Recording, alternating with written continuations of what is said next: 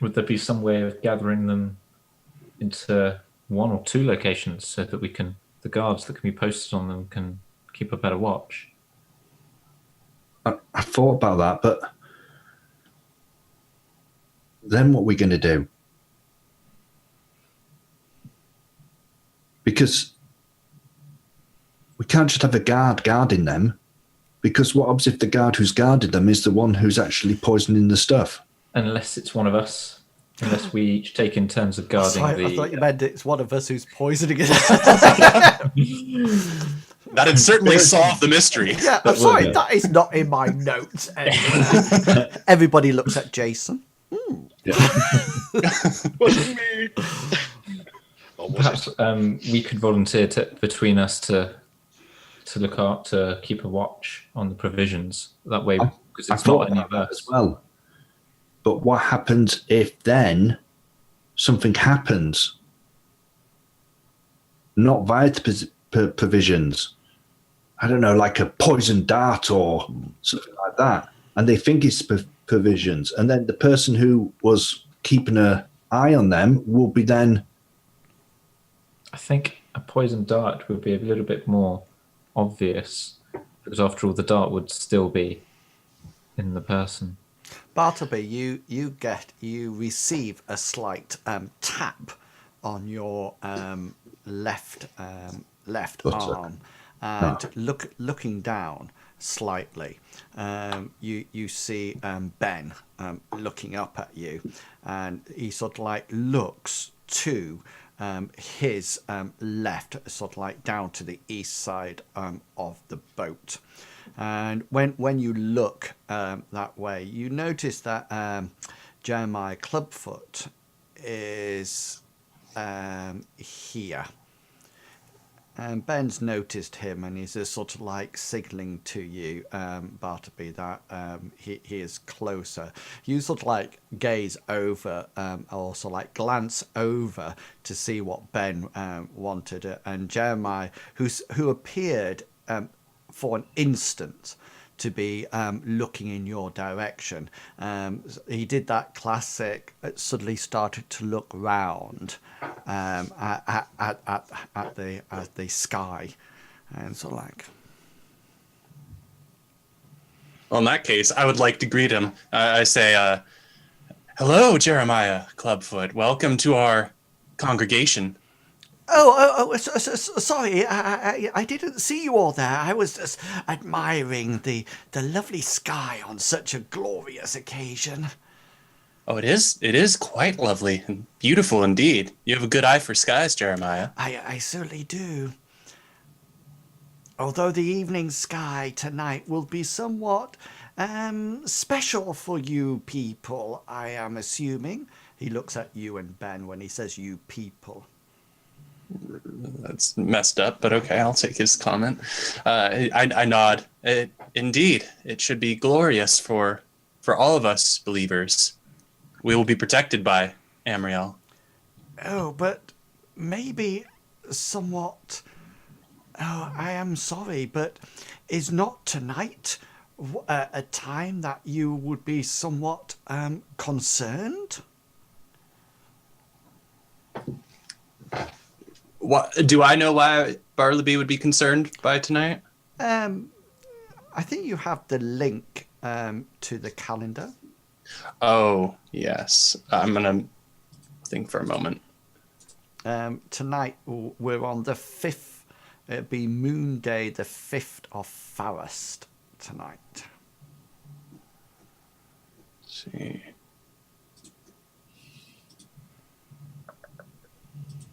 Oh, where did I throw that? Do you want it again?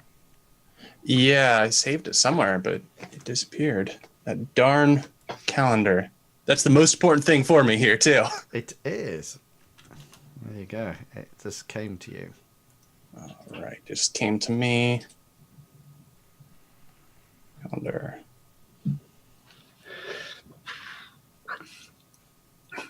Gulliver's going to break off from the rest of the group, and he wants to go across to Sarv. And he wants to address him. Okay, so let me just so I know this right. So everybody was talking, then Jeremiah's come over, and Bartleby starts to address Jeremiah, and Gulliver, you just walk away at that point, yeah? Yeah. Yeah. Okay then. So we'll stay with you, Bartleby, and the Jeremiah discussion to start off with. I stay by my comment. Amriel will protect us. It's somewhat of an unfortunate night to be protected. Unfortunate. Despite the eclipse of Amriel, she is still watching, protecting, and listening. It's only an illusion that she is gone. And Ben turns round to you and says, "But Master, that is the time when Maroth shows his strength by eclipsing his sister somewhat."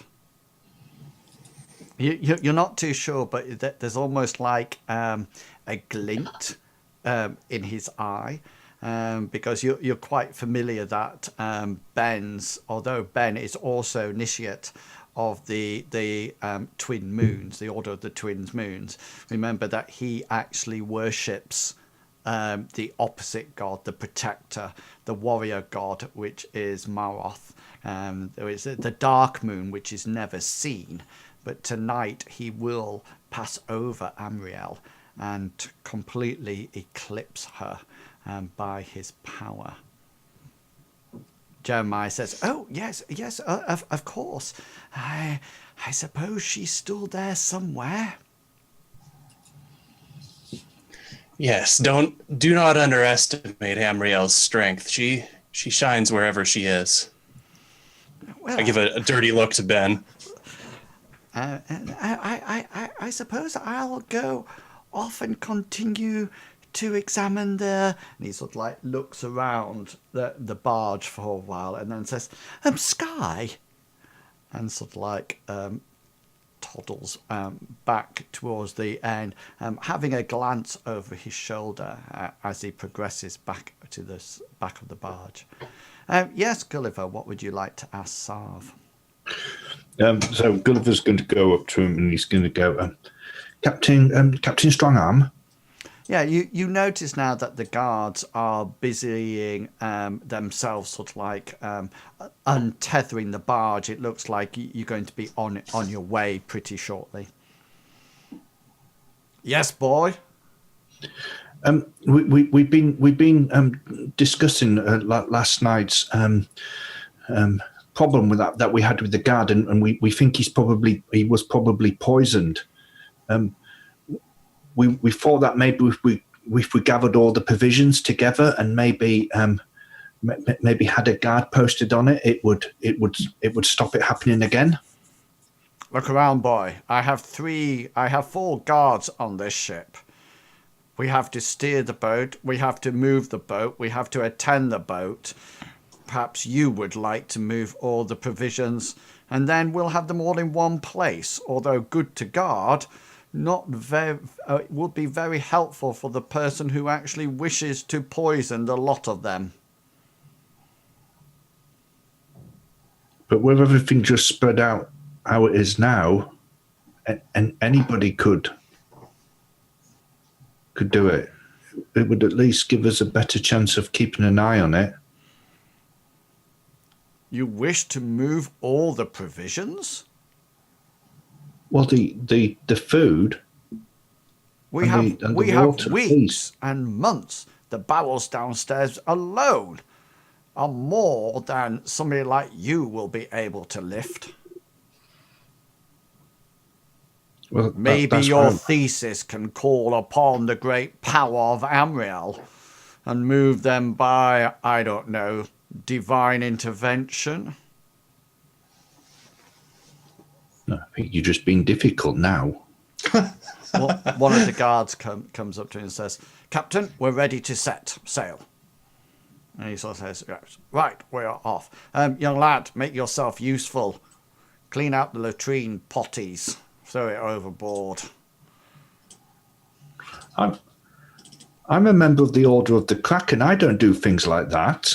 He just sort of like, once he said it, he just sort of like turns and walks away to the back of the boat. Angus is going to wander up that way as well, and he's going to await for his next lot of orders. Yeah, well, the basically whenever people are setting sail, then guards take up positions left around the ship. Nobody's generally down below because it's thought not to be a place to actually be. You don't want to be cooped up underneath. So if anybody would like to maintain and continue the rest of the voyage below deck, then that's not a problem at all. The sun is rising. Looks like it's going to be not a hot day, almost like a spring morning is probably the best way to describe it. That wonderful frosty clear air, but a sun that will be rising in the sky, but almost like ascending down, not roasting heat, just that probably that heat that if you stand in it for a huge amount of time you'll probably get warm, but apart from that the air is quite cool, even up on deck. Okay, so the barge, the guards busy themselves sort of like untethering the ropes, etc. And the sail is set and the barge once again starts to make its way down the river towards Ubbin Falls. Gulliver's going to position himself on this crate, and he's going to keep an eye on what's happening on deck, and he's going to watch for anybody going below deck. Can you hear my... Oh, yes, I can hear it now. I can't hear anything, but I've got my... Oh, I hear water. It's lovely. I hear the odd seagull as well. Yeah, they're a bit far inland, but, it's probably stormy at the coast.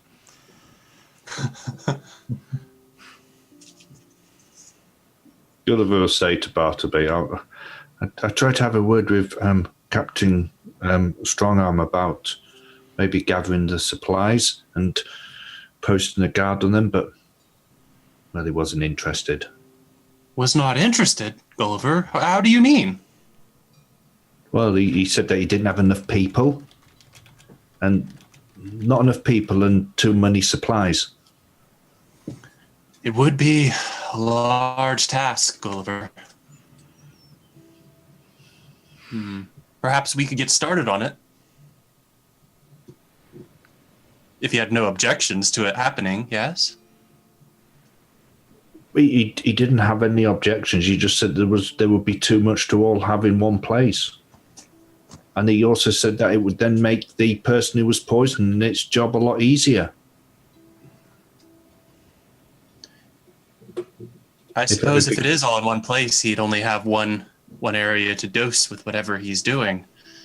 Do you think it would unbalance the ship at all, though? Our barge? Well, I don't know. I don't want to tip over and get some...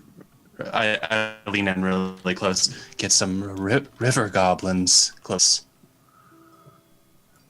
So what do we do then? I think the only appropriate answer here, Gulliver, is for us to both pray to Amriel for guidance and light. I don't think that's going to help when we come to eat biscuits, though, is it? Especially if they've already been poisoned. Is there any way to tell whether or not they've been?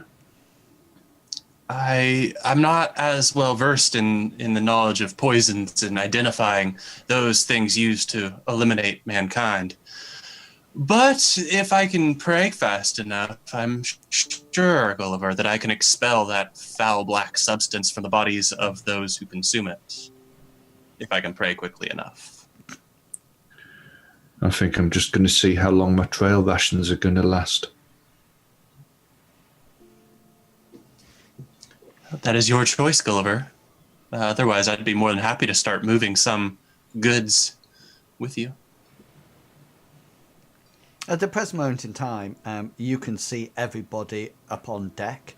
It's quite obvious where everybody is, unless, of course, you've got any stowaways on board or anybody hidden in various aspects of the barge. But it would be quite easy for anybody to sort of like keep an eye on who's going below deck, or even to a state of positioning yourselves where the crates are up on the deck. And you're quite welcome to sort of like say that will be your task for the rest of the journey, you know, until you say otherwise. So that is feasible. I mean, Gulliver's going to sit on this one by the hatch going down, and he's going to keep an eye out, like I said before, for anybody going below deck. He also wants to sort of like watch the people on the deck and see whether or not any of them act strangely or act differently than, you know, than he's seen them acting before, especially this Jeremiah. He wants to see whether or not he forgets that he's actually, you know, got a club foot and walks normally. Okay then, cool. So if you blind roll your perception to me, and then I'll use that as a roll to see what you notice. Is it B-roll? Exclamation mark B-roll, yeah. You can add skill and then your number at the end of it too to get that.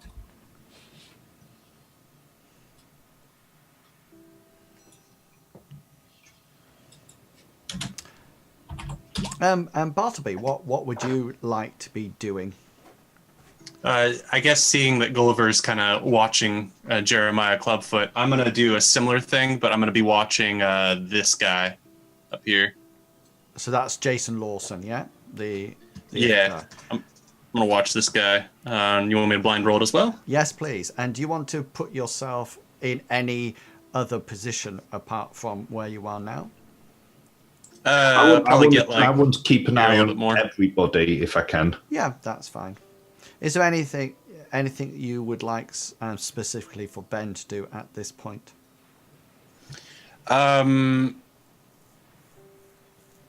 Nah, I guess he's free to do whatever he wants to do, or whatever a follower of Meroth does. Yeah. All right, guys. Well, he sort of like hops up onto this plank, this sort of like partition there, and sits on it with his hammer sort of like over his legs, and just sort of, he wipes the Lizardmen blood and splatters of bones off, and then just sort of like sits there perusing the countryside as he goes back. Bartleby, did you blind roll it to me? Sorry, I didn't get it. I believe I did. Oh, you didn't get it? No. Let me try it again. Exclamation mark B roll. And then it should be / 1. Oh, there's a slash. It should be exclamation mark B roll / roll 1d100 skill 60 or whatever. I don't remember doing the slash before. No, I don't think I did when I. What did you do? Just let me try it. There we go. B roll 1d100. Yeah, that's it. My B was capital. Yeah. So your perception is 28. Yeah. Correct. Yeah, and yours is 60. Yeah, Yeah. Gulliver. Yeah. Hengist, what would you like to be doing? So Hengist is going to be helping the other guards and Captain Sarv sort of like pilot the ship. So he'll mix his time between his turn on the pole that propels the barge forwards, making sure the deck's clear and that sort of thing. But he also wants to, as often as he can, keep an eye on the various storage that's up on deck as well. Okay, then. So you can do exclamation mark B roll as well. But before you do that, can you when it comes round to your turn at the tiller, would you like to roll your boating skill for me? Everybody has a boating skill. It's in your standard skills. I'll do boating skill first. Yeah, it sort of like comes to your turn to sort of like go on the tiller, and Bartleby and Hengist, Bartleby and Gulliver, sorry, you're sort of like sat keeping an eye on something, and you suddenly notice that this guard at the front, who's suddenly sort of like starts to sort of like look backwards and forwards like this down the boat, and then he suddenly says, he sort of like turns around and he says, bank like that, and Sarv Gulliver's going to shout down, Hengist, the bank. and Sarv sort of like pulls the tiller off you, Hengist, and sort of like pushes it or pulls it, sorry, with all his might, and the barge, this sort of like, you hear this sort of like scrape as a barge sort of like goes across the shallow rocks at the edge of the river and goes like that, and sort of like brings it and Sarv brings it back into the middle of the river. He sort of like turns around to you and says, "Just guard, leave the boating to us." Sorry, Captain. And then Hengist he'll wander over this sort of way to keep an eye on the bank. Yeah, on that side of the bank. Okay, so thank you. Okay, so and Jason, you will be doing guard things. Don't worry, you're about to come into action any minute. I just need to. Does he start coughing and black stuff starts to come out of his mouth? No, it's just the first arrow that's going to hit a random guard. I don't know who it might be. It's an archer I'm fires. going to tie my shoelace. As an archer fires from the bank, I don't know who it'll actually hit. Going down below deck. Somebody on that side of the barge who can't move. You never wanted to be a security officer in Star Trek either, did you? No. Red, I love red. So, before evening actually occurs, and it's about 2:00 in the afternoon, and everybody seemed to be up on deck, enjoying the morning air. And then when lunch or the time for like a brunch type snack appears, then everybody sort of like helps themselves to their various rations. Interestingly enough, to both Bartleby and Gulliver, nobody appears to have gone down below deck all morning and into about 2:00 in the afternoon. However, it's coming up in about 2:00 in the afternoon that Hengist and Gulliver, you notice something up ahead. And it's something that there's almost like a faint pull of recognition as you see it. And you suddenly think that, what is that?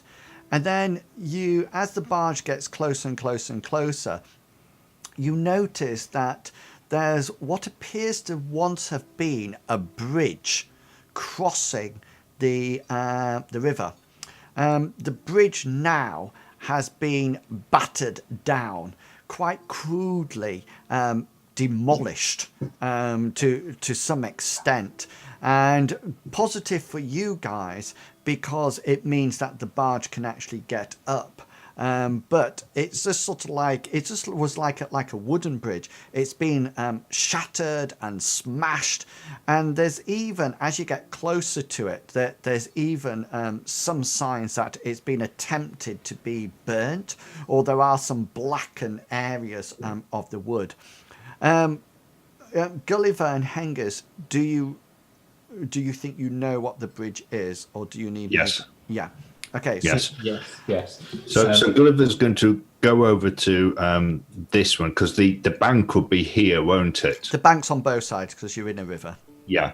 But the trail of that goes between Lindo and Ubbin Falls Is off the north to the will be off to the north, which is what Gulliver is looking at. Yeah, and technically, just so you know, if you remember, that's technically the east because you are traveling north. You see, so north is actually to the front of the ship. Yeah, so that would be the east side, and that was the trail. Yeah. So Gulliver's going to turn to the guard known as Hengist.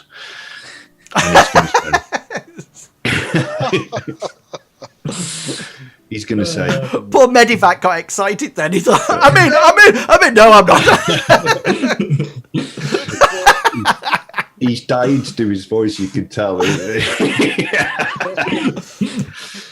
Was Bartleby meant to have a voice today? I'm working on it. I'm terrible with voices. Gulliver's going to turn and say, "It's the bridge to the farm."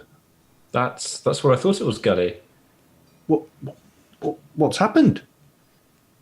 Someone or a group of people have clearly tried to or succeeded in demolishing it for whatever reason. But why would they do that? Just Angus pauses a moment and then because he's trying to work out if Gully is trying to be really clever here or if he's not getting it, and then he says, to stop people getting across. To stop food getting to Lindo. Or, well, I suppose that as well, but maybe it could have been them getting over. To stop people getting to the farms. Or to stop people getting to the farms, yeah. The guard next to you, Gulliver, all of a sudden turns round and shouts, "Bridge!" And you notice that Sarv sort of like takes a look round and orders the guard to tether the sail. So is the actual bridge... Jumps too. Is it blocking the waterway? No, it would have done. The whole mast would have had to come down. The barge would have been able to get underneath the bridge, even if it was up. The bridge was still intact, but not with the sail up. So the sail and the mast would have come down. And if you remember beforehand, the barge is specifically built to allow that to happen. However, now it could actually sail straight through, although sailing through with the sail up will probably mean that some of it could get caught on some of the rigging, or the actual sailcloth could get caught on any part of the bridge, the wooden bridge. So, but it appears that Sarv is bringing the barge in to rest on your side of the so before the bridge, but he's bringing it in to rest on that side of the so the farm side, basically. Yeah, and if you remember that there's very little land on this side. If you remember on the east side up here, there's the track, and then it goes up into the forest. But on the west side, the side here, there's very little land before it starts to climb up into the mountains, almost like cliff-like. Angus is going to make his way down towards Captain Sarv and say, "Captain, the bridge has been destroyed." Sarv sort of like looks at you and says, "Well done. Your powers of perception absolutely amaze me, Initiate." And Ben, Bartleby, can you roll for me a perception? No, an insight roll for me. For using me or using Benjamin? No, sorry, using Bartleby. Sorry, Bartleby roll an insight roll. Gotcha. Rolling it. Big money? Yeah. Kind of big money. 35 out of 38. Fair goes. You notice that Ben looks almost like uncomfortable. He seems to be looking around the place, and he seems to be looking on both sides of the bank. And you notice that his hammer beforehand was casually resting across his lap. It's still there, but you notice that his hands are almost like squeezing it somewhat, sort of like tensing and gripping it a bit tighter every now and again. And you also notice that he does something that he hasn't done for a long time. He puts his skull cap back over his head, hiding the horrific scar that he has over there, and he sort of like pulls his helmet on. Are you remembering something, Benjamin? Master, this place seems somewhat familiar, and yet I have no recollection. Well, you should at some point be able to remember this place, Benjamin. I believe you lived around here. In fact, we met around here. I seem to remember living in a forest. I think that's where you likely lived, Benjamin. Your mother was an herbalist, from what you told me. My memories are still shrouded and befuddled.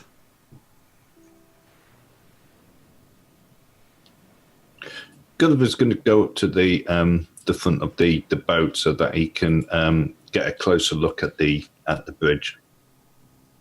Yeah. He just wants to see whether or not he can see any signs of what's happened. Have the main poles been pulled, or is it just been burnt, or has somebody tried to chop it up, or? Okay. Make I'm just okay. Make. I'm just. Do you have any professional skills, like in woodworking or anything like that? No. He just wants to see whether or not the damage caused to it is by somebody with an axe, or whether or not it's something bigger. Okay.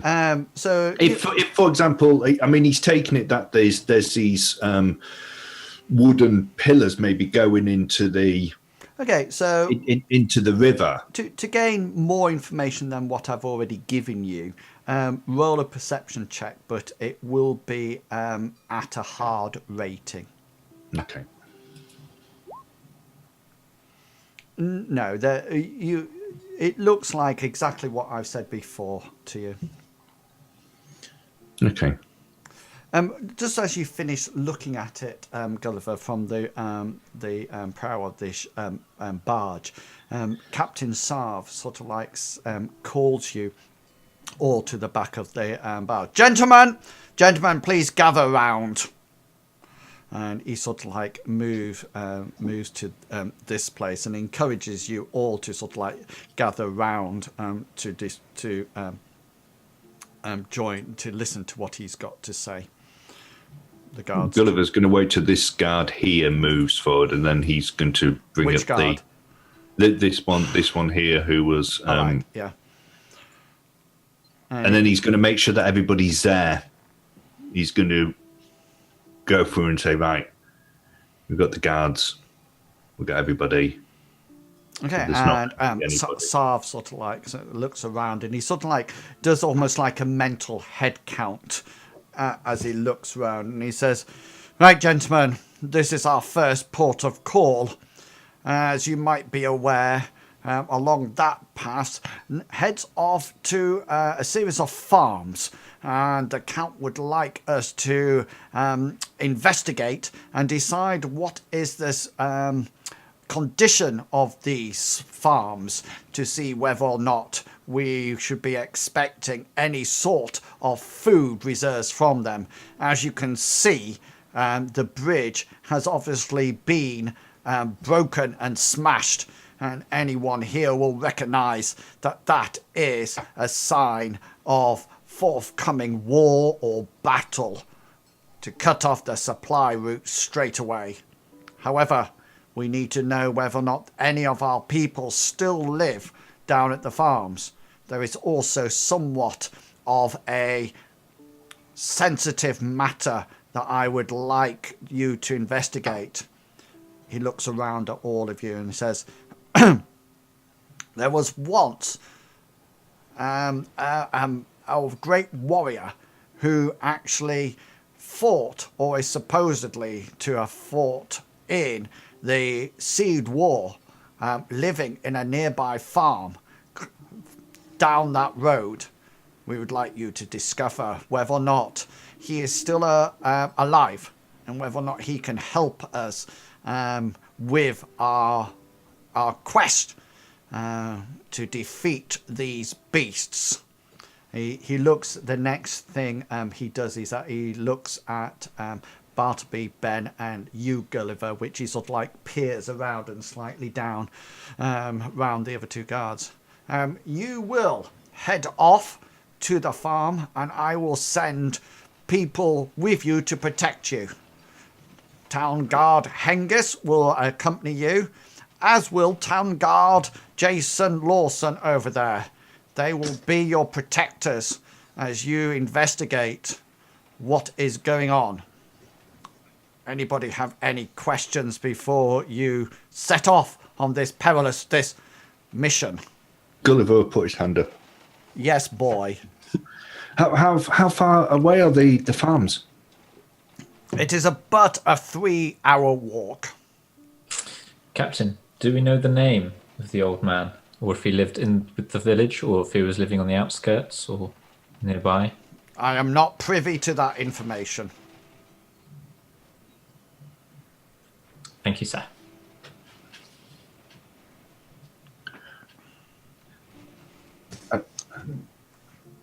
Anyone else? I'll pray for your protection, sir. Hopefully you're here when we get back with the news.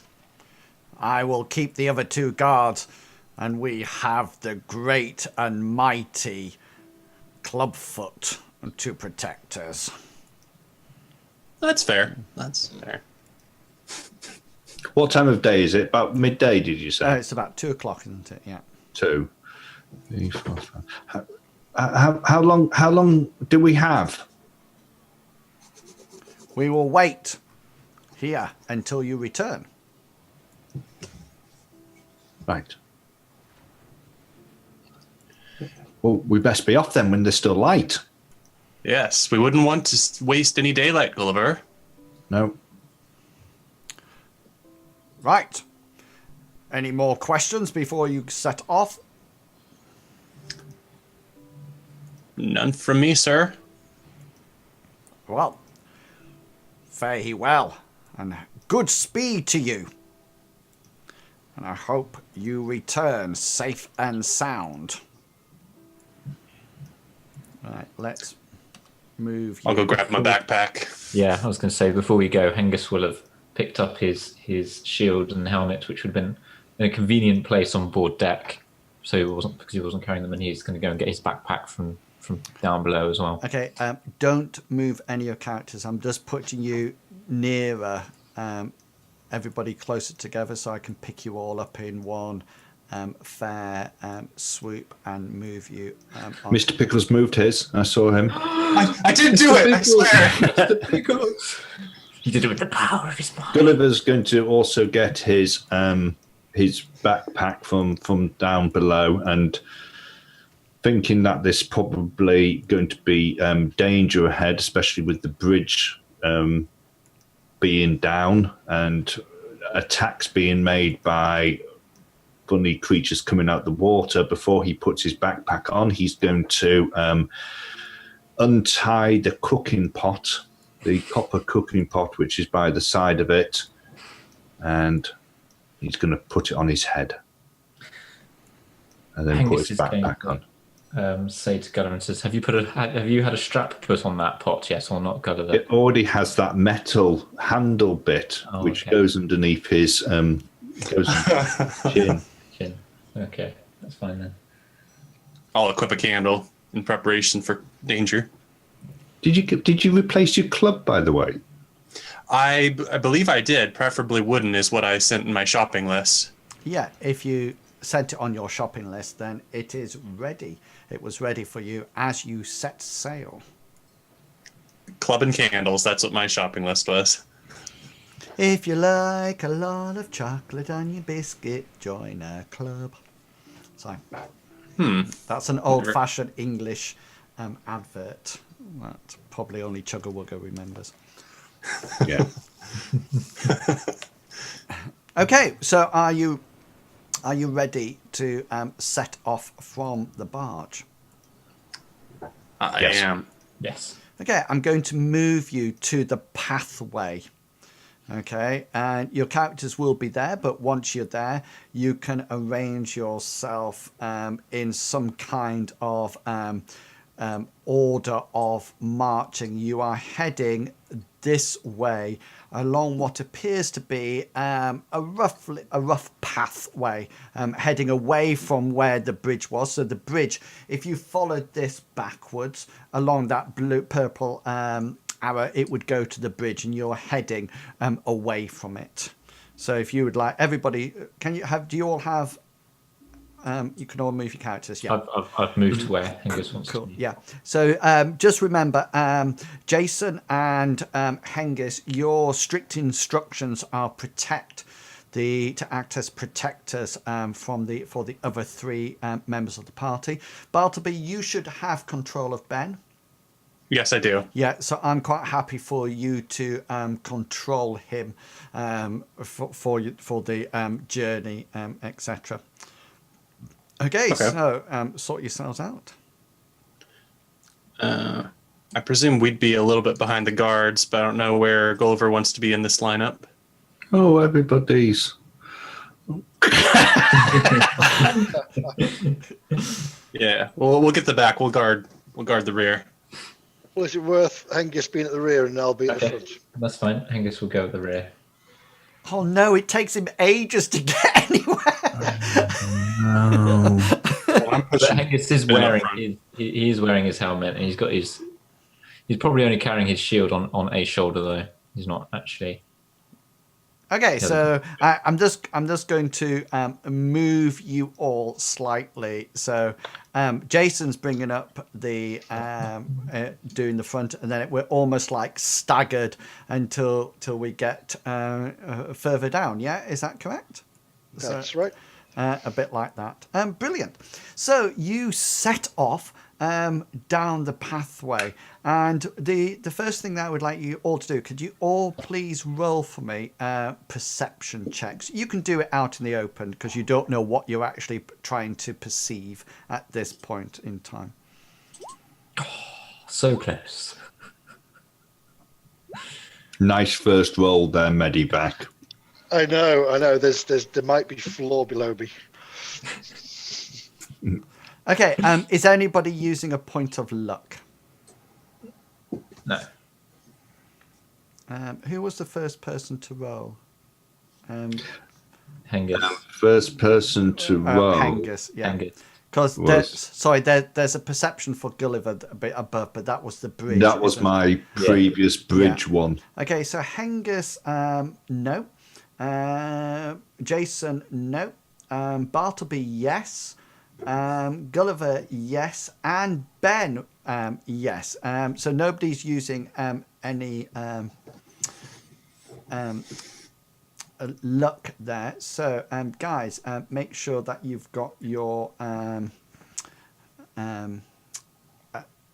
Discord open. You know how luck works, Medivac, don't you? You can tell him now.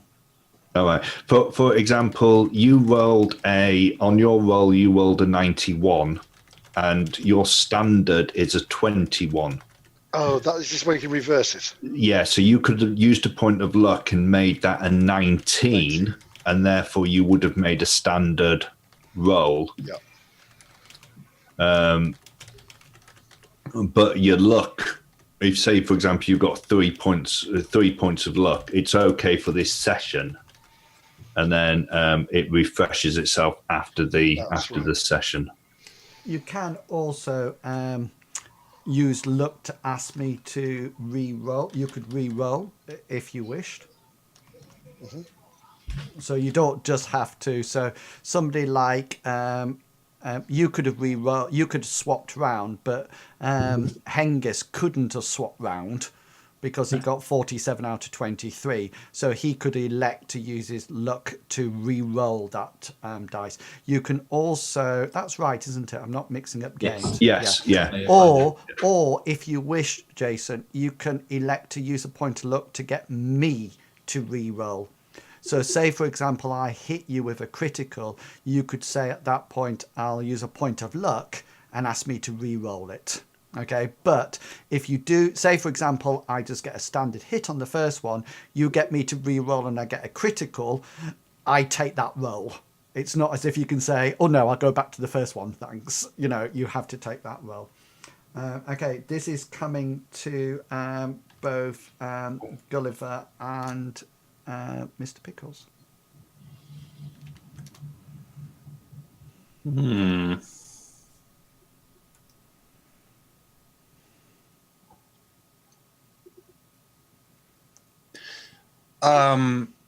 Does it look edible? Or should I roll locale for that? Yes, roll locale, good idea. Oh, yes, I love locale.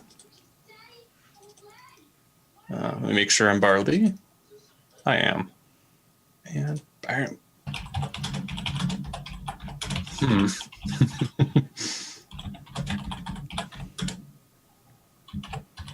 Yeah, you this doesn't look. It looks somewhat out of place. It doesn't look like it should be growing here. It definitely looks alien to the landscape. I want to note this to everybody. I say, guys, there seems to be some strange plants around here. They don't quite look right. They look more like fungus to me. I've asked a question in your Discord from what you typed. Yes, it does. When Bartleby said that, Gulliver's going to go. I noticed it too, Bartleby, and I've seen the same fungal growth before. It was it was in a certain hut of a, and he's going to look at Ben and say, he's going to say, herbalist.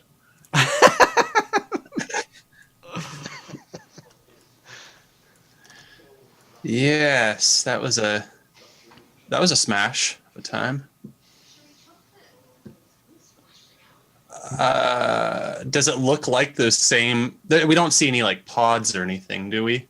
Or any large lumps? No, it does seems to be every now and again. So, for example, and everybody can now see this. So, Hengist and Jason, you're aware of it as well. So, if I give you an indication, so you notice that there's a bit of it growing here, and say a bit of it growing here, and then a bit growing here. But you also notice that from this one up to the northeast, you notice that there's sort of like tendrils coming out like that. Hengist is going to call out from the back to Bartleby and Gully and say, "Is this the same stuff as you told me about when the two of you went off in the into the forest when I went back with the caravan previously. Previously on X-Men. Sorry. But we shouldn't be encountering it here. We're not too far from the herbalist's place, Gulliver. But the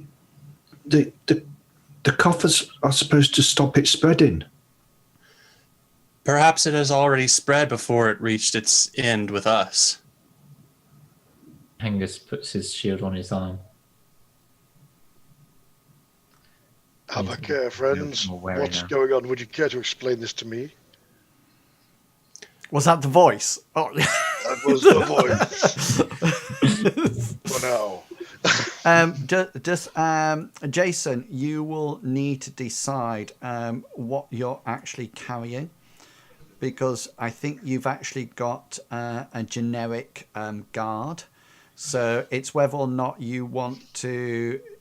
You've got a heater shield, a short spear, and a short sword. So you'll need to decide which. Say, for example, you can have your short spear is actually used two-handedly. So you can either walk along with that if you wish, or you can walk along with your short sword and your shield out, or any combination. Just to let you know that you'll need to make that decision so far. And your primary combat style actually allows you to use them all. It also does allow you to throw your short spear. No, I'll have my shield out, so I've been walking with it. Okay. So my shield, my spear. Did I say spear? My spear. You said shield, but no, that's all right. Spear? Yes, I'll have my spear out. Sorry. Walking with it. Bartleby, can you just make a locale check for me, please? I would love to. Does Ben have locale? I think everybody should. It's a matter of Maybe swap those. Use a point of luck and swap the vote. I think Ben has locale, and I think here's a roll for Ben. No. We're going Maybe to use a point of luck. Okay, so we're going to use rolls to augment the other person's roll. So in order to augment, you use double their. I think it's double their crit. Your crit value is actually the 1/10 of your normal skill, rounded up. So that'll be equivalent to the Herculean roll then, won't it? No, it increases your skill. So say, for example, Ben's... what's Ben's locale skill? 18. 18. So his actual his crit for his locale skill will be 2%. Okay, and your guard skill is 37. Yeah, Jason, is your locale skill 37? You're muted, Medivac. Yes, it is. Sorry. So your critical value is 4. So Ben and the guard, Ben and Jason together, that will be 2 and 4. So that's 6. So Bartleby, you increase your skill by 6% because it's being augmented with the others. Okay, so therefore you can then roll, but remember what you're looking at. It's probably better just to do a normal 1d100 roll rather than using the thing, because what was your normal skill? 48? Correct. Yeah, so your skill now will be 54. 54? Yeah. Okay, and you said you want me to roll again? Yeah, just roll a 1d100 because it's easier for me to sort of like see what it is. Yeah, roll D100. Target is 54. Yeah, so you look around. You look around and you do remember something from almost like botany class when you were investigating the surroundings, which is something that is quite common in thesists as they train to learn about the land. And you do remember reading somewhere how fungus or fungal growth actually occurs. And you remember hearing somewhere that you're sure it's a case that tendrils travel underneath the soil, and then it's only when they're ready to spore that they actually come up and sprout above the ground.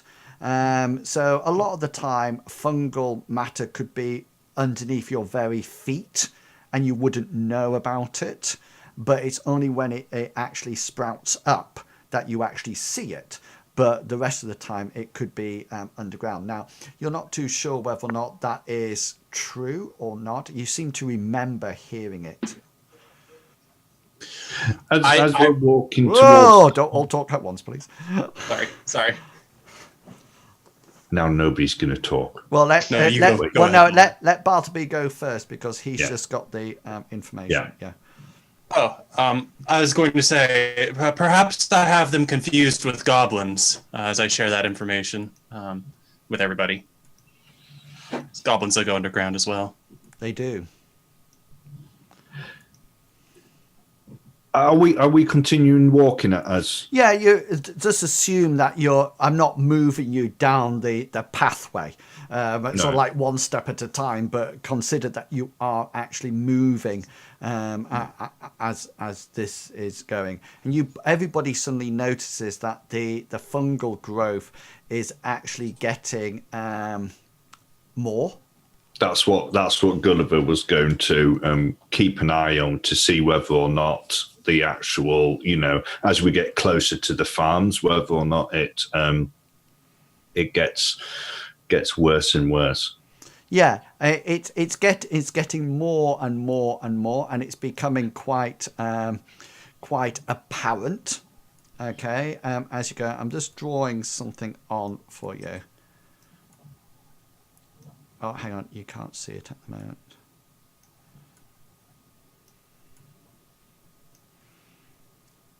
Right, let me just stick this on to the right frame for you. And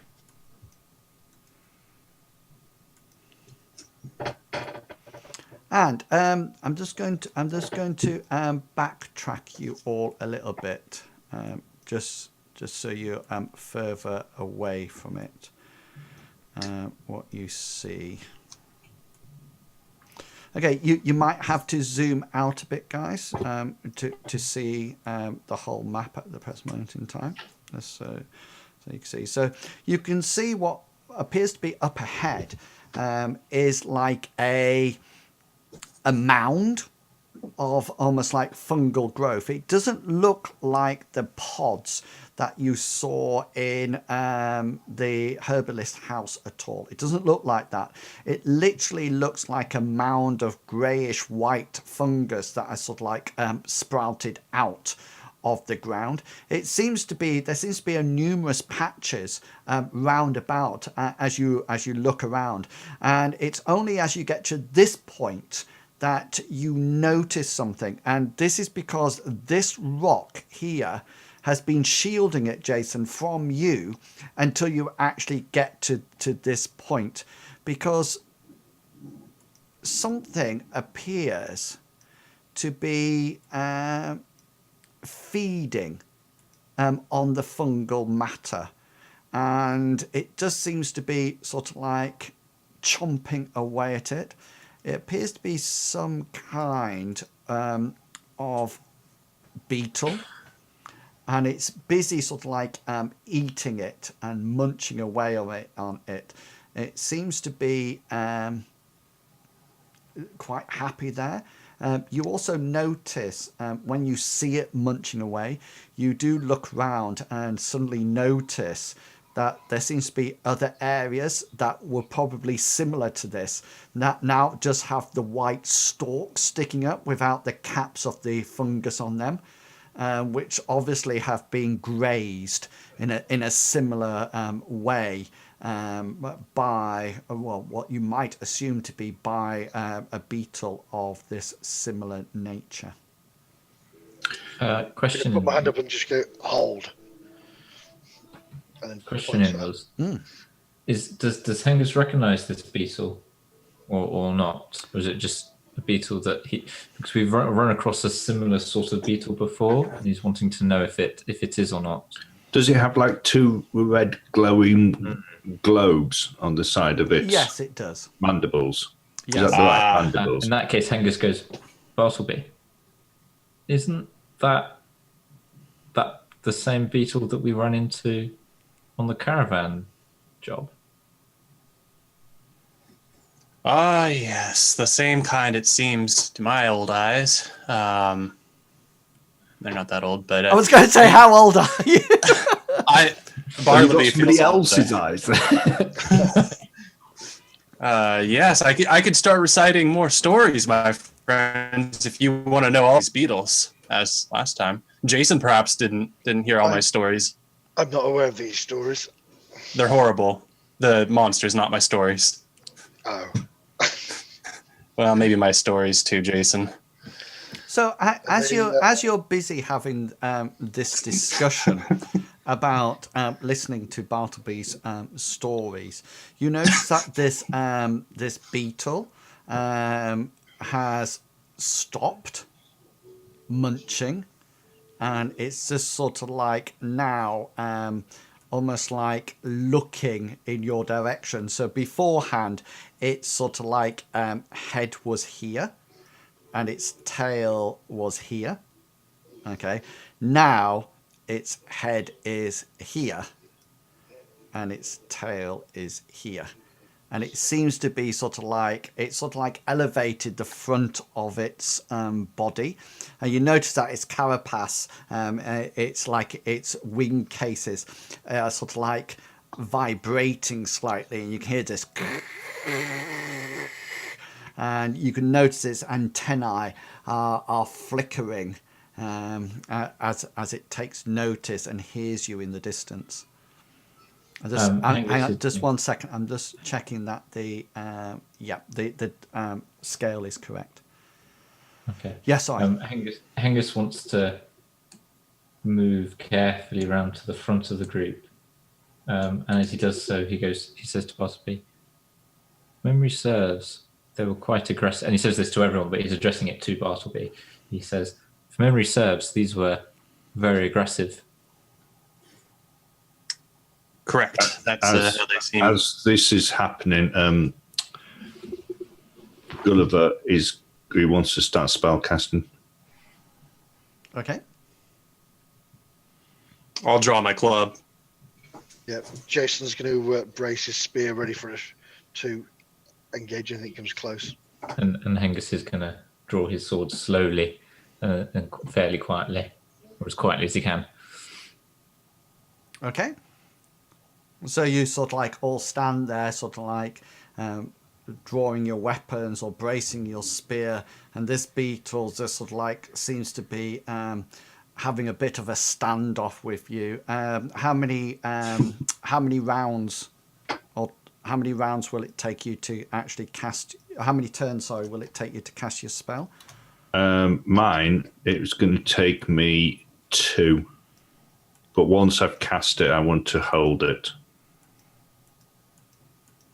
Okay, that's cool then. Hengus, perhaps this beetle is friendly? It's Oh, fighting our enemy, which appears to be fungus. It's an enemy of our enemy. I mean, it could be, but the last one, if I remember, just attacked us. So I think we should be wary. Sorry, 3 turns. Okay, cool. That's still only 5 seconds, isn't it, for you? Yeah, it's pretty quick. Yeah. Angus also wants to cast a glance to his right to see if if you can see any more coming from that direction. No, I'm presuming now that you're in combat mode, so everybody will have the usual perception checks, but you can't see anything around you at the moment. Shall we try and skirt around it? to see if Yeah. we go around, he might not attack us. Seems like a good idea, Jason. That's fine with me. So we're keeping this formation, kind of skirting around, keeping Angus and Jason the monster. Keep the same distance, but head around. I guess I'll do my part and move my guys, unless we're going by turn combat movement. If you just start to move, I'll tell you what happens. Cool. Excuse Okay, me, Gulliver. so let me just move you back 1 second to while you're here.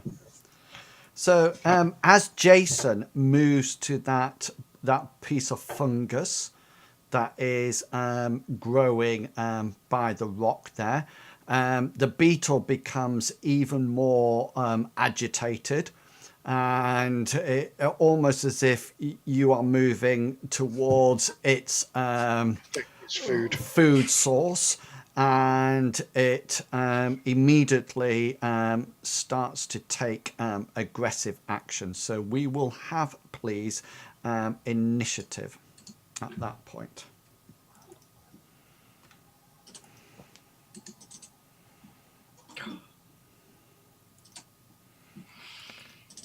Do I need? Oh, I need to select my token.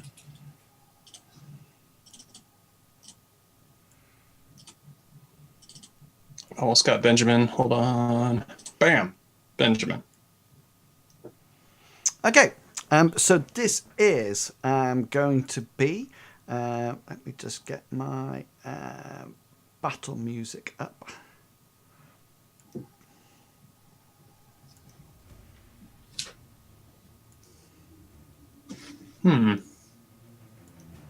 So this is going to be combat round 1. This is turn 1. Don't worry, Medivac, I'll talk you through it when we actually get to you, because there's quite a bit to happen before that. Right, so Gulliver, you're up first.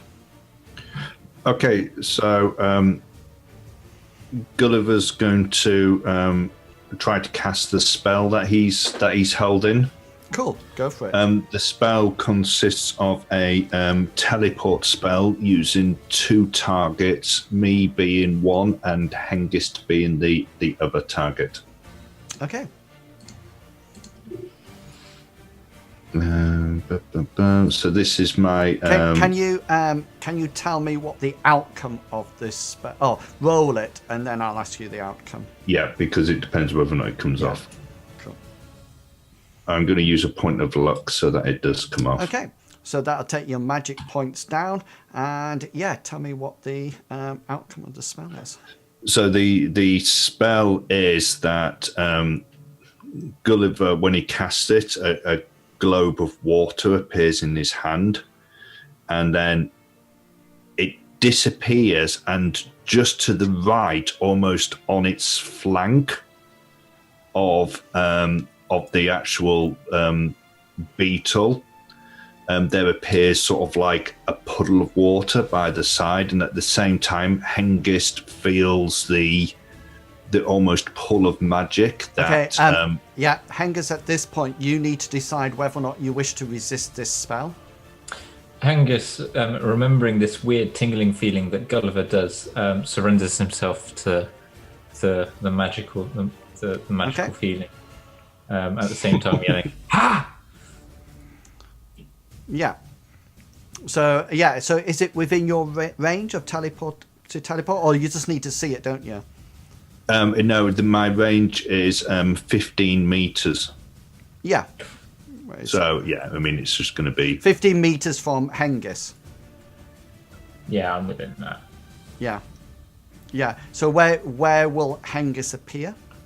I just want to have him sort of like on the, just almost like on a flank. I don't want him directly in front of it, almost so that he can get, yes. Okay, hang on. I need to ask you this question. are you putting him close enough that To attack. Yeah. Yes. So he is in combat range of the beetle. Yeah. Yes. Okay, so make sure you adjust your spell points at that point and your luck points. Hengist, so you suddenly feel yourself go like that and disappear from where you are. Jason, you've never seen this before.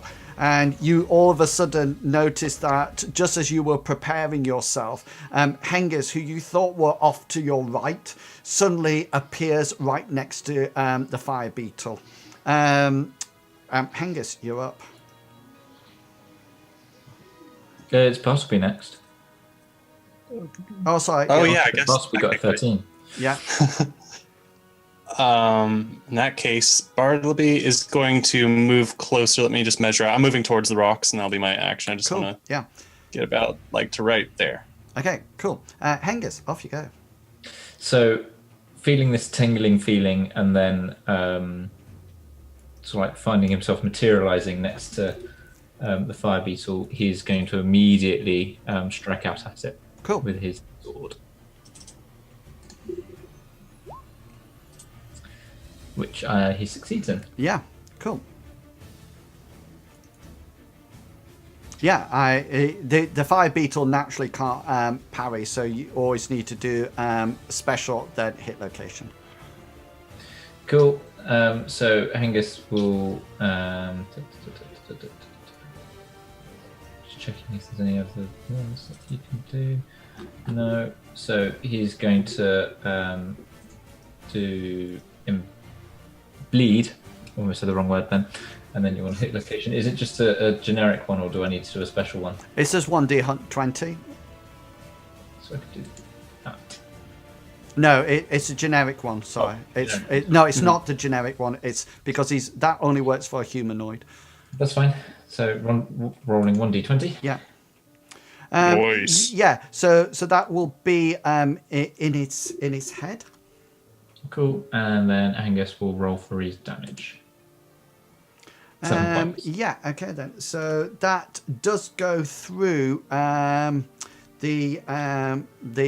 protection, the exoskeleton, and it goes through into the beast's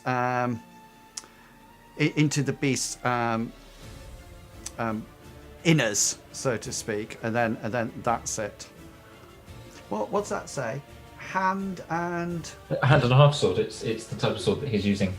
right. So that's just like a normal long sword. It's a long sword, yeah, but I've called it something different. Yeah. That's fine. So yeah, cool.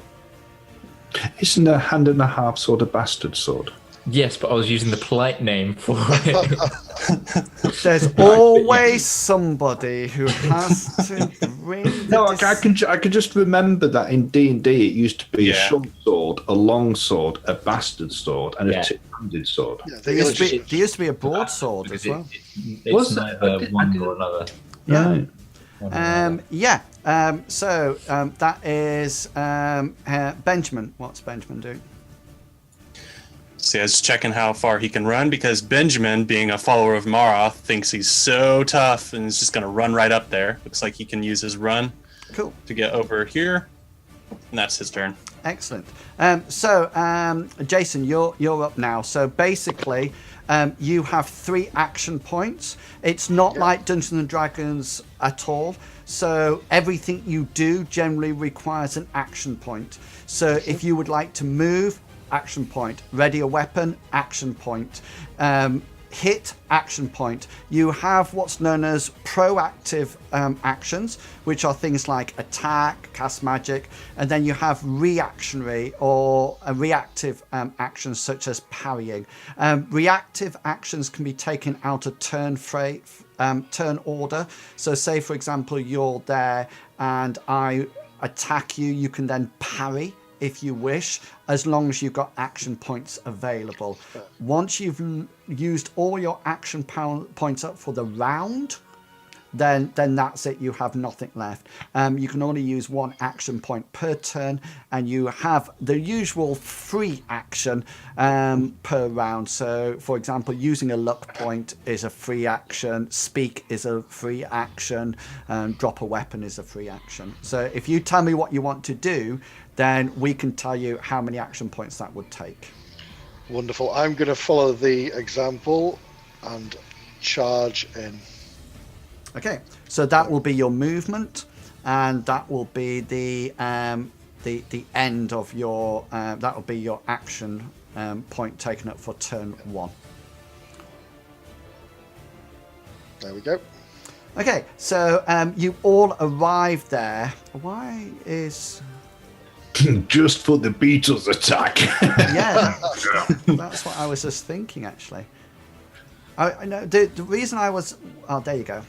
I couldn't understand why Jason wasn't appearing on the turn order, but I've got it now. Yeah, so the you all sort of like dash into attack as the beetle rears its head, ready to bash back. Chances are the beetle's going to attack you, Hengist, because you're the person who's actually hit it. I've walloped it on its head. Yeah. That's what I was hoping for. So this is the That's what I'm here for. this is the this is the beetle's bite coming at you. Oh, hang on. Oh, it's hard due to fatigue. I've taken it off, but it's all right. Do you wish me to roll it again? No. It doesn't actually matter what it is, because it just No means choice. yeah. Even if it was hard, you got it, so it Yeah, doesn't it's just matter. because he was fatigued. But he's not fatigued. It's just what's left over. Yeah, so it rears its head to bite you, Hengist. Do you wish to parry it? Hengist will try and block it with his shield, yes. Okay, off you go. No, so that fails. So this is coming in. Question. Yeah. With Gully's teleport spell being on him, but with Gulliver already having his action, can he use it to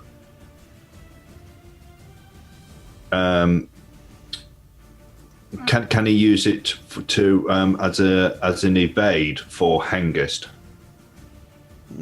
What does the spell? Type the spell description up for me. 2 ticks. I'm just going to submit it.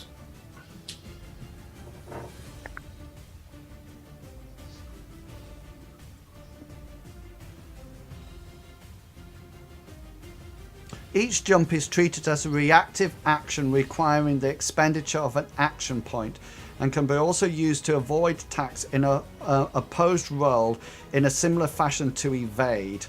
When the spell ends or it is dismissed, the recipient returns to his starting point. It's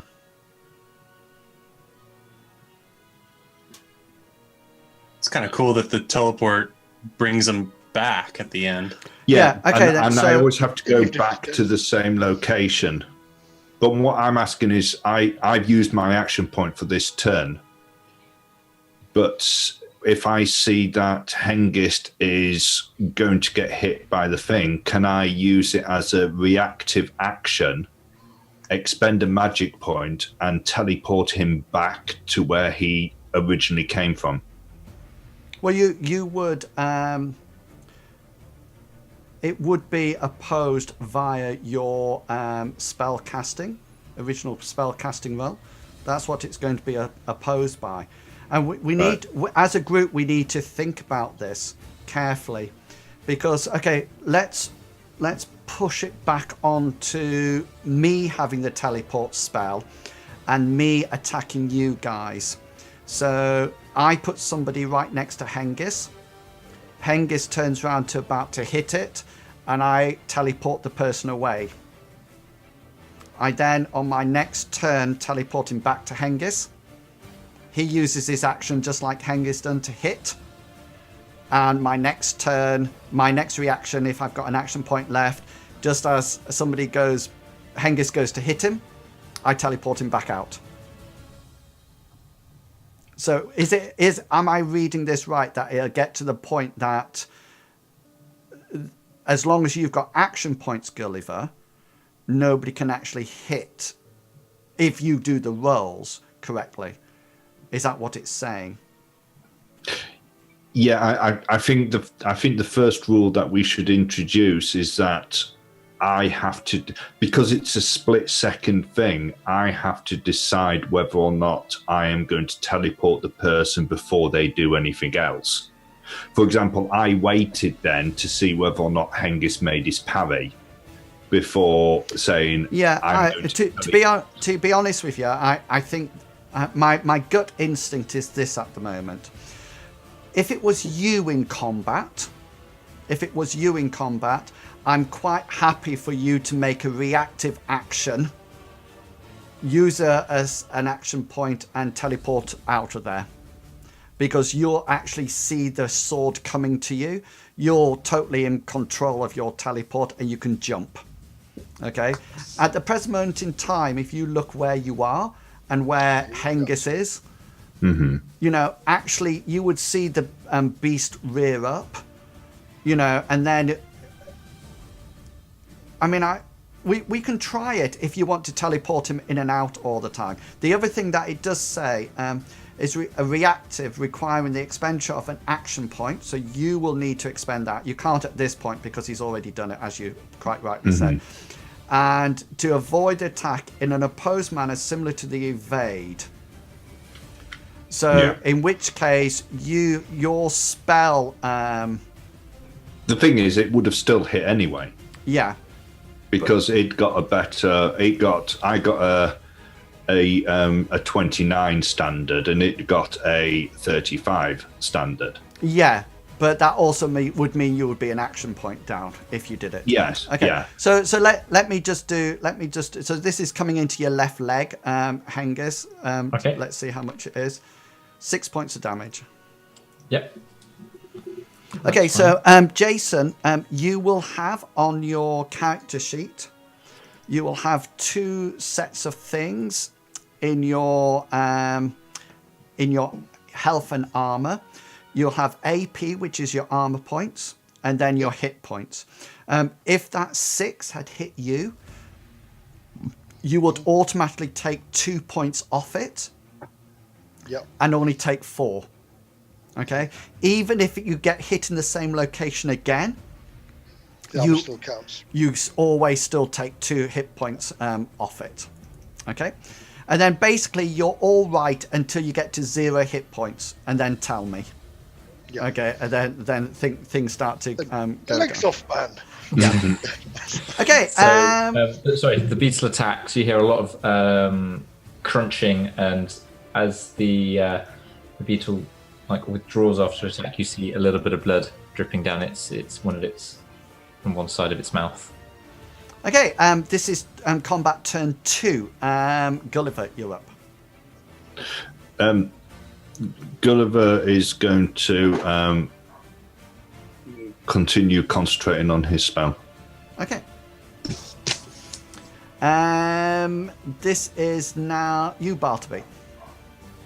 Bartleby, seeing that blood on his best friend Hengist, is going to panic and is going to do a nice run over here. Not a full panic sprint. It's just a oh no run, and I'm going to get behind him so that I can pray at some point.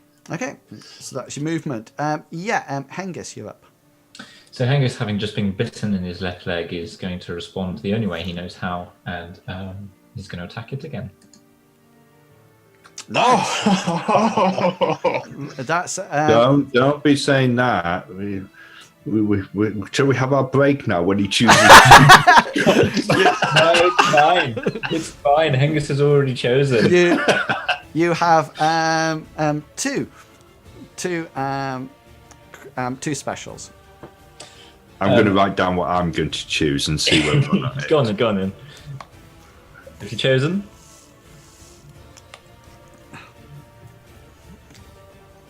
Yeah.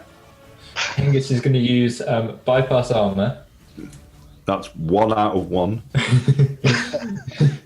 He's then going to use. Sorry, question: can I use 2 criticals, or is it a critical and a Yes. Yeah. You can use 2 criticals. and then it's going to be max damage. Denied. I would have trusted You the could gods choose of the location. damage and gone choose location head. Yeah, I know you would have done. Yeah, that's what I would have done. I would have definitely chose location. So this is you. So you're doing max damage, bypassing armor. Roll the location then. 15.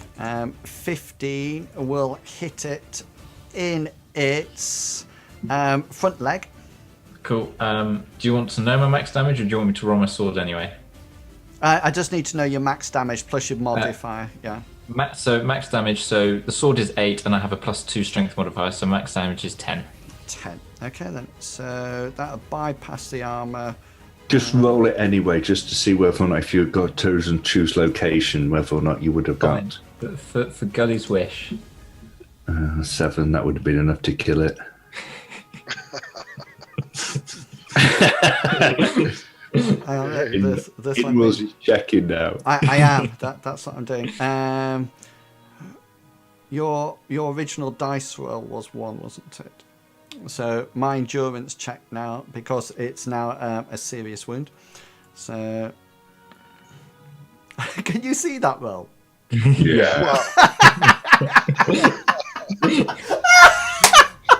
Need. And I win. Hengus would have used his luck point. No, he wouldn't. Yeah, he would probably use because it's a critical, isn't it? Yep. You got. If this has happened, he probably would have done. Mine's. I've critically resisted the thing. Yeah. Yeah. So, do you wish to use your luck point? Hang on, is that actually what you're? Is this actually happening, or is this just if I had? No, this is actually this is Yeah, the in real that case, thing, yeah, Angus. Hengus will definitely use his luck point to ask you to re-roll, please. It was. okay. You watch him get a 1. No. Oh, I'm happy. He got with a that. better. No, I actually didn't get a better. I actually got slightly worse. But it's still better. still better than my one. It's still better, yeah. Which means that the leg is still in operation. Yeah, okay then. So that's Hengist done and dusted. That was your attack. And Ben is up. Benjamin is going to bring the glory of Maroth down on this beetle with his hammer. Yeah, cool. So I'll roll my attack roll. Ben's attack roll, yeah. Did I? Or is it? Yes, I did. 46 to 54. Are you rolling it? Oh, yes, Believe it's got a it. hit. Yeah. Yeah. Normally a fighter here. Hang on. You're a little bit ahead of yourself. You need Special first. special first. Oh shoot, you're right. And I even have it written down right here how to do this exact 4-part equation. Yeah. I was going to do moving the target back. Yeah. You're going to what bash? You're going to bash Let me it? find. Yes. Yeah. Sorry, I think my internet's cutting a little bit here. It was a bit, but don't worry. So you're going to bash it on its leg. Yeah. So I need some damage.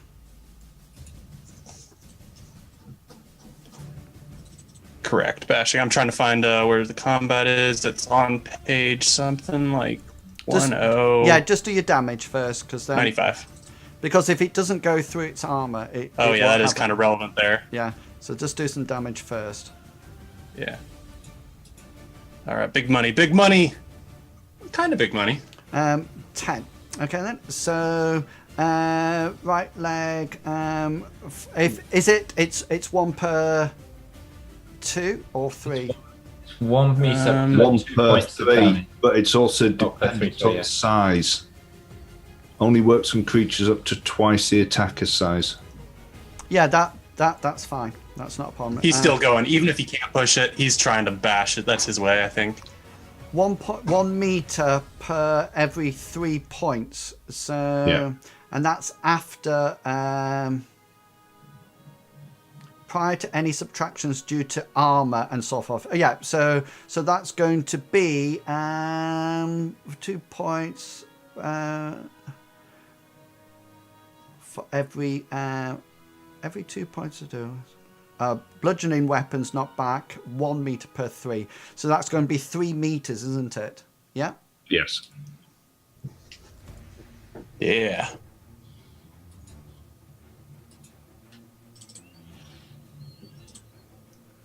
Right. So Ben gives it a hefty blow to the side and knocks this beetle. He sort of like comes in and it almost like lifts it up slightly, and this beetle sort of like staggers over and lands here. What was your damage? 5 to the leg. Cool.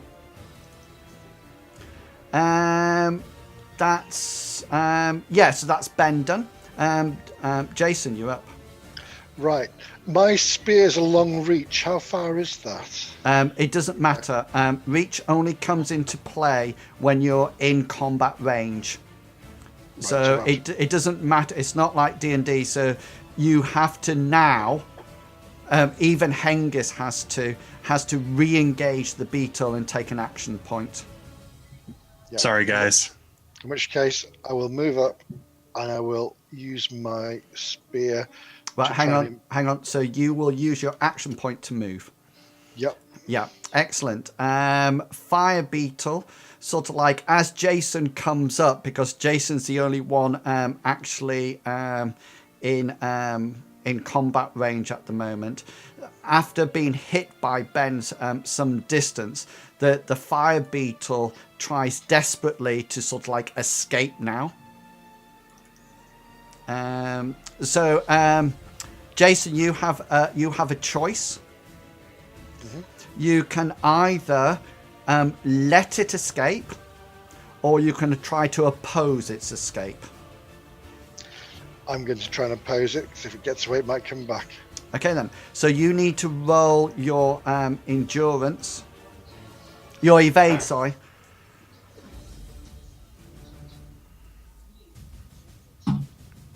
Yeah, so the beetle tries to scurry off, but you sort of like manage to block its way and sort of like taunt it back onto you, so it's quite happy to fight. That's its evade done on 2. So we are now back up to combat round turn 3 for anybody who's still got it left. Gulliver.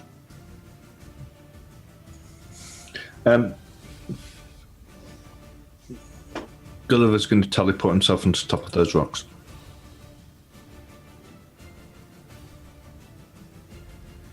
So can you swap recipient of the spell? I thought it was on Hengist at the moment. No, I cast it on 2 people. I cast it on Hengist himself. So that would be a spell casting, yeah? Yeah, excellent. Okay then. That's why it took 3 turns rather than, because I changed the range and the number of people. Okay. And you don't need to make a roll for that. It's assumed that your initial roll makes that for you, yeah? Yeah. Yeah. Okay, and Bartleby, you're up. Do you have any left? I have no more action. Okay. No, sorry. Hengist, you're up. Do you have any more actions? Hengist has 1 left, and seeing Jason, his fellow comrade. Do you have 1 left? I should do, yeah. You attacked, then you parried, then you attacked. Oh yeah, no, I don't. No, beg your pardon. Yeah. Benjamin, does Benjamin have any left? I don't believe he does. Let me just double Jason, check. I don't anymore, no, because I did my last move there was my last point. So you moved on the first one. Then what did you do? Isn't moving that far 2 action points, or is that? No, just 1. You've still got. Right. You've Sorry, still got an action. You moved next to it. Yep. Then it got knocked out the way, and you moved. So you still have an attack. This one. What does is the evade classed as an action to keep it? No, it's classed as. It's a good point. You can look it up. You've got the rules, but I'll play it that it's not at the moment. Jason, off you go. So there's a spear. No, you Nope, need to. nope, nope. The first Sorry. one that you need to cut is your primary combat style. Yeah, so that's a Nice. hit. So you need a special. Then you need a location. So spear specials. It depends whether or not you want to keep hold of your spear or not. What you can do is what's known as an impale. What that means is that you jab it into the beast. You roll 2 damage rolls and you take the highest no matter what. After that, you have to take a brawn roll to yank it back out. And if it does get yanked out, it takes half damage again. It also reduces its skill attacks because it's got something stuck in it. Or you can just leave it in there and ready a weapon. It's up to you. Yeah, well, we'll be using impale. Okay, cool. So I need a location first. So roll a 1d20.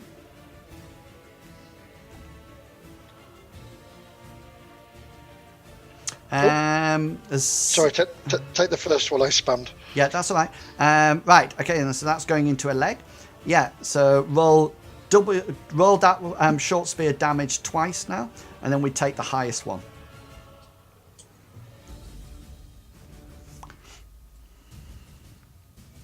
So 8 or 10, which one would you like? I think we'll go for 10. 10. That's 7. 3. Cool. And that, I think, is the end of the round.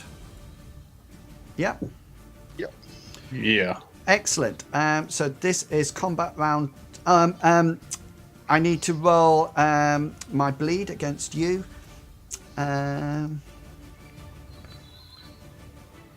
69, Hengis. Oh, God. When did I use bleed? Was the first attack, right? First time, so Yeah. my first one was a 43. So I'm fine. Fine. Let's take that off. Right. This is round 2. Combat round 1. Gulliver, you're up. Gulliver's going to concentrate on his spell. Okay, cool. Bartleby, you're up.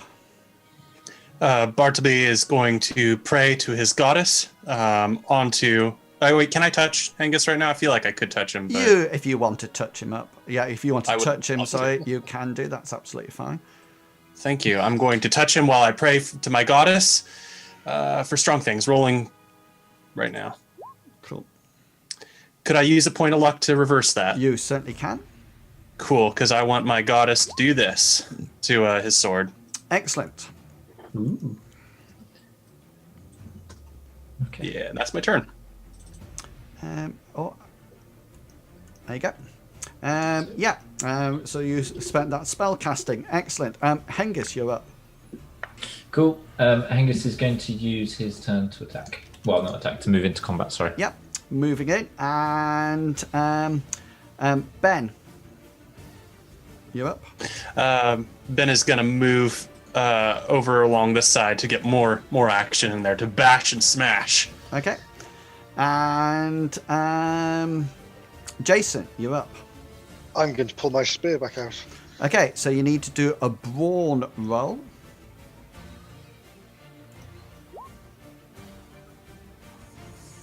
So it's still stuck in there. Can you see that? You need 41. You can use a point of luck if you wish to reverse the to 0-5, in which case it will succeed. In that case, I will use a point of luck. Cool. And I think it does. Damage again. Yeah, I know. I think it does. Is it half? Half. Yeah, I think it's half damage. Yeah. Equal to half of the normal roll. Yep. Yeah. So I think you actually. Roll again, does I? But without the damage modifier. So just 1d8. Yeah.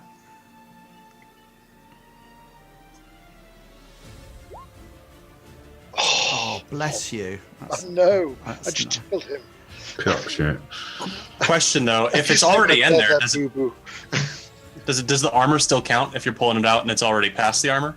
No, it bypasses the armor in any case, and that did. So it just happened straight to his leg. It didn't. It wasn't stopped by armor. That 2 points. I didn't stop it by armor. Cool. It's just because it just pulls straight back out again. The same as you guys. So if I whacked you in through and got it into you, then when I pull it out, it's not stopped by your armor. Just the same. Yeah. Yeah, it's just 1 point as well. So yeah, I did that. So right, fire beetle turn. That was combat action.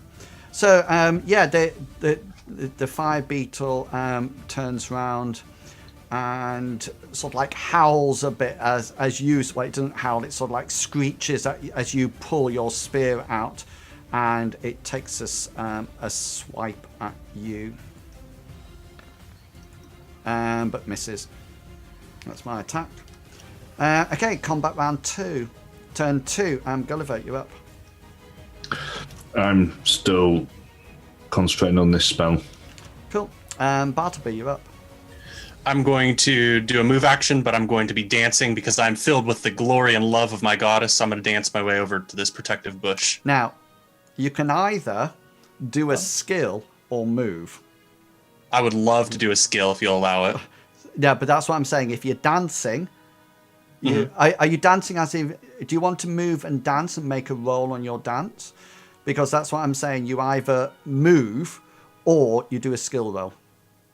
I would love to do a skill roll to dance and get even partially that direction. So it doesn't have to be that far. If you're doing a skill roll, okay, then you can't move. You would use an action point to move or to do a skill roll. So you could move there and then on your next action point dance, which would technically be the same because it's all happening within 5 seconds. Yeah, I'm just going to dance where I'm at right here because I feel a little bit protected by Hengist. Okay. Dance! Poorly. Poorly. Well, you don't. You just sort of like go... I'm feeling the magic, guys. Gully, you sort of like think that Bartleby's maybe going into some kind of fit, or maybe some kind of shock, you know. Bartleby, that's you up. Hengist, you up. Cool. Angus is going to attack this time. Yeah. There you go. Yeah, that's a hit. He's going to use shift location this time. Okay. And 1d20. 19 is his head. So Every time I use that. it'll shift down to his thorax because that's the only location that is connected to its head. So damage. Fine. And Yeah, then you didn't hit it in the head. I know. And then Hengist is going to roll for his damage. Yeah. That's awful. And that slides off its chitin armor and doesn't penetrate. No penetration there at all. Hengist, Ben, you're up. Benjamin is going to swing his mighty hammer again. Let me just get my name correct, and we're going to go and roll his death blow. And misses.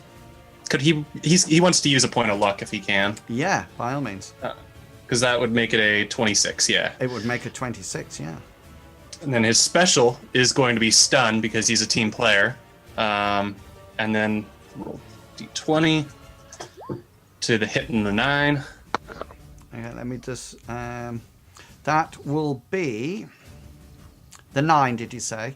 Yeah, that's its leg that somebody has rolled before. Now, you must overcome armor points for this. Correct. So all right, rolling damage then. Damage first. That's enough to overcome armor nicely. That's max damage for you, just out of interest. Good job, Benjamin. Yeah. Good job, Ben. It's not appeared on my screen. Right, the defender must make an opposed roll of endurance. If the defender fails, the hit location is incapacitated for the number of turns equal to the damage inflicted. Okay, so what was your attack roll? 26, I guess, if we're using the left reversed. Yeah, that's right, 26. So this is his endurance roll.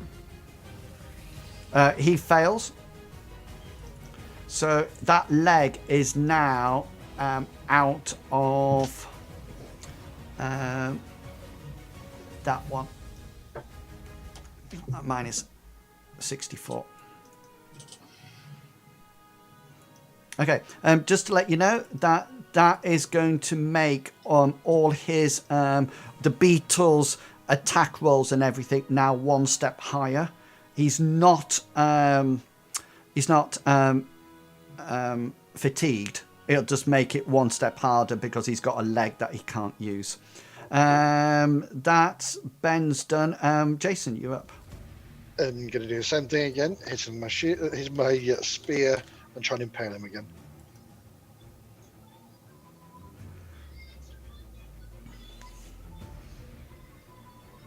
Yep, that hits. A 1 special then. So impale. Yeah, give me a location. Oh, sorry. Okay, it's all right.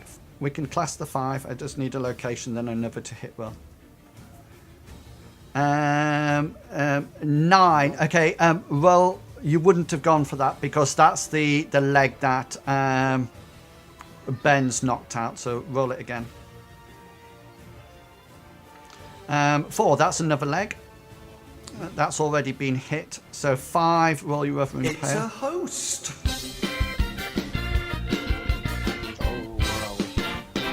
Oh, I can hear that music now in Wales. Yeah.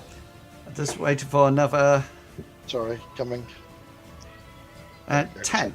I'll take the 10. 5. I'll take it down to -2. What was your original to hit roll? Was. Gosh, come back. Yeah, no, it doesn't matter. 45. He fails. So another leg of this beetle falls out of action. So the beetle is now formidable on any of its attack roll.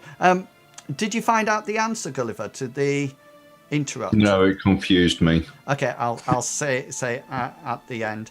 There was too many sort of like it could be this or it could be that depending on. Okay, I'll have a look at it. So the beetle's going to try to evade and get out of there because it's quite battered up at the moment and fails miserably to evade it all.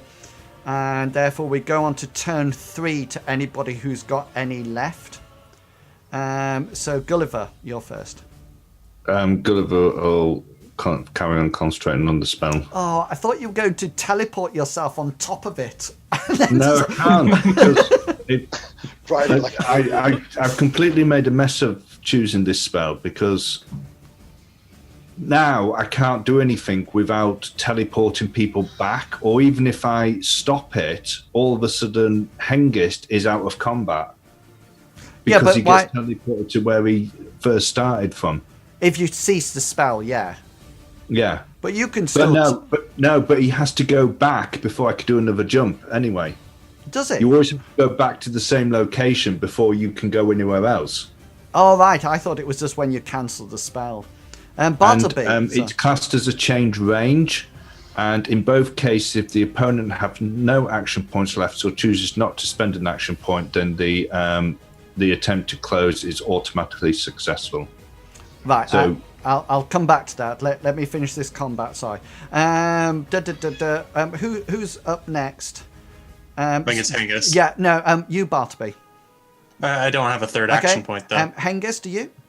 Hengist does, and he's going to try and finish this beetle off. Okay. He's going to attack. Nope. Unless you use. Oh no, you've got no action left. Ben doesn't have any action points left. Jason, you do. I do. I'm going to use my brawn to pull my spear out. Okay, cool. Which you do not succeed. Yeah. No. Excellent. So that is combat round 2, turn 2 over and done with. So anybody who needs to have Gully and Bartleby, you need fatigue rolls, please. Are you looking it and roll it again, Gulliver, or not? No. Okay, adjust it. And Bartleby. That was me, not Benjamin. Sorry, I rolled at that. Yeah, that's all right. And so both of you are fatigued or winded. Yeah, so back to combat round 3. Turn 1. Gulliver, you up. Gulliver will concentrate on his spell. Okay. And Bartleby, you up. While dancing, I guess that I'd done poorly. I make my way over to this bush now with a move. Okay, cool. I'll put a D then for dancing. Thank you. And Hengist, you up. Angus is going to, undeterred from not being able to hit it last time, he's going to try and hit it again this time. Yes. Which he did. Yes. Okay. Nice. Special and location, please. Angus is going to use bleed this time. Okay. Because the last one didn't do it. And then you want a hit location. And it's 15. And then you want some damage. Yeah. Now that's a front leg that you've already hit. Okay. That will take it down to that. And that will actually, let me just call up my wounds. That I think I'm allowed. Okay, yeah, so that swipes off its leg that was already damaged. What was your original roll? 65.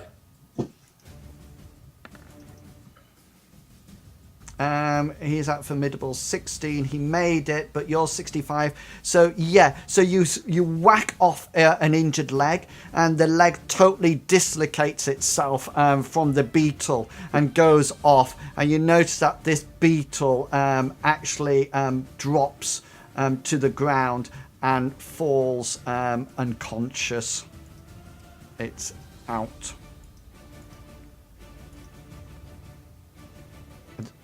Angus will And then that's... Gulliver's going to cancel his spell. Oh, as simultaneously as Hengus was in the middle of stepping forward to finish it off with his sword into the back of his neck. And all of a sudden you suddenly... there, but he's still mid-action, so he ends up with his sword sort of like 2/3 of a foot buried into the ground in front of him. Excellent. Question. And What happened? What? Happened when you teleported into the same spot, but somebody else was stood there? It can't do happen it. now. I can't. You It can't has do to be it. stable ground as well. And you can't teleport somebody off a cliff and leave go of them. You can't do anything like it. Has to be unoccupied. It has to be able to be seen. So Gulliver can't teleport behind this rock because he can't see it unless it's been marked, which is something that a sorcerer can do. Can I just say welcome to the channel to Easy Prey, and thank you for supporting the stream by providing 510 bits. Woohoo! I don't know. Does that knock me off top? Yes, you are now off the top. Easy Prey 2015, and it also brings my bonus for this day up to 180. Okay, guys, we are going to take a break there because it's been 45 minutes since we had a break, and I can guarantee that It's been longer than 45 minutes. My back will tell you that. No, it's 9:15. We normally have one at 8:30. So we're going to have a quick, we're going to have a 10-minute break, and we will be back in precisely 10 minutes. So please do go off and grab something to drink, and we will see you in 10. We'll be back really soon.